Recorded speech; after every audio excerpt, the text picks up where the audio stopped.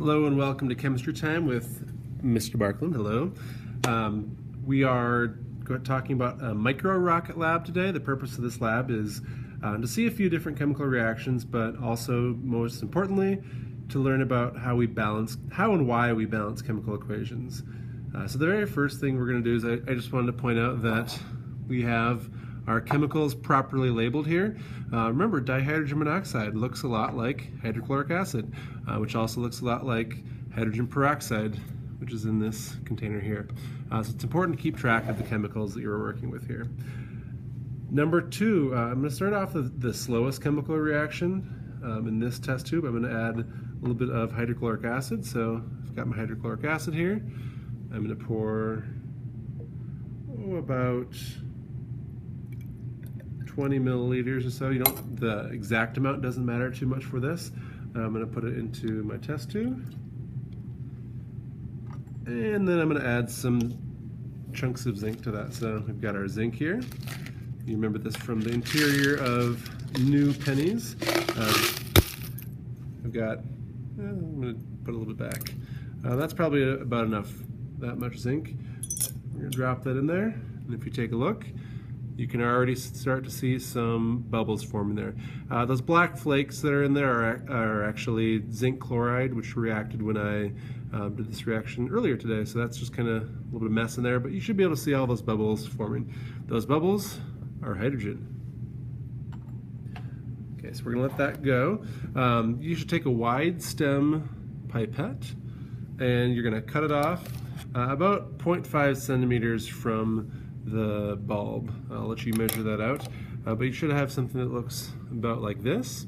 Notice I have segmented the pipette bulb into 6 parts by putting 5 marks on there with permanent marker. So we've got 1, 2, 3, 4, 5, 6 different sections. Ideally, they should be about equal volumes of gas or water inside of that pipette bulb. Okay, step 3 is I'm going to take my dihydrogen monoxide, which you may know as water, and I'm going to fill up my pipette bulb. Notice how I'm doing that with water. It looks like we've got mostly water. Let's get a little bit more. Okay, so now this is completely full with water. I'm going to move this up here a bit. Put my first stopper with it's actually the end of one of these smaller pipette bulbs stuck in there so that we can put some gas in there. And now I'm going to get our oxygen generator ready. Notice that I'm kind of waiting to the last bit to do the oxygen generation because this reaction goes kind of fast. You want to wait a bit on this. Manganese dioxide, this is the solid, this is the catalyst that I have added to our test tube down here. I'm actually recycling this manganese dioxide because what you should know about a catalyst is that it doesn't get used up. You can use it over and over again. So I have pre-measured out 5 or 6 milliliters of hydrogen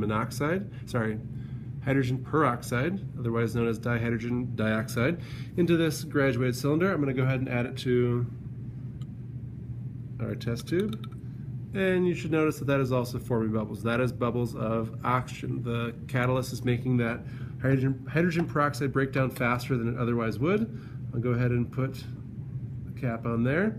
And what I want to do now is I'm going to put the full pipette bulb onto here to generate different amounts of gases. Now, notice that I put it on the hydrogen. It's going relatively slow, 1 part. Now I'm at about 2 parts. I'm going to go ahead and take it off there. If you look closely, I've got 2 parts hydrogen gas, 4 parts water. I'm going to go ahead and put this on the oxygen. Oxygen goes really fast, watch out. And 1 more.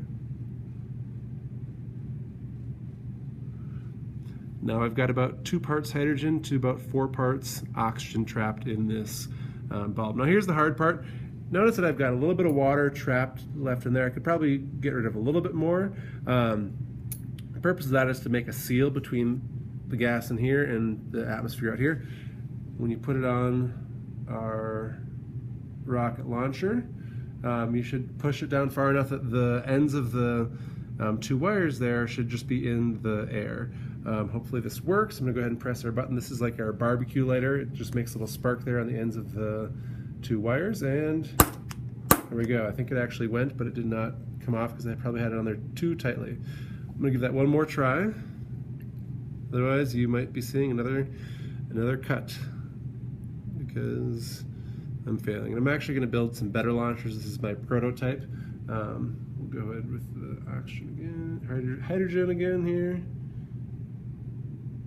Yeah, while you are all at FCD day, I am going to be going to Home Depot and getting more wires to build better rocket launchers.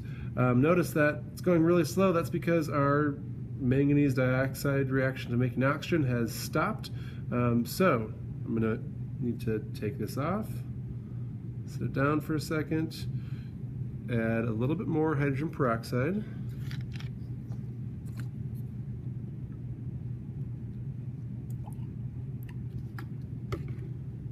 Okay, I'm adding about 4 milliliters this time. That's probably also just fine. Okay, put that on there.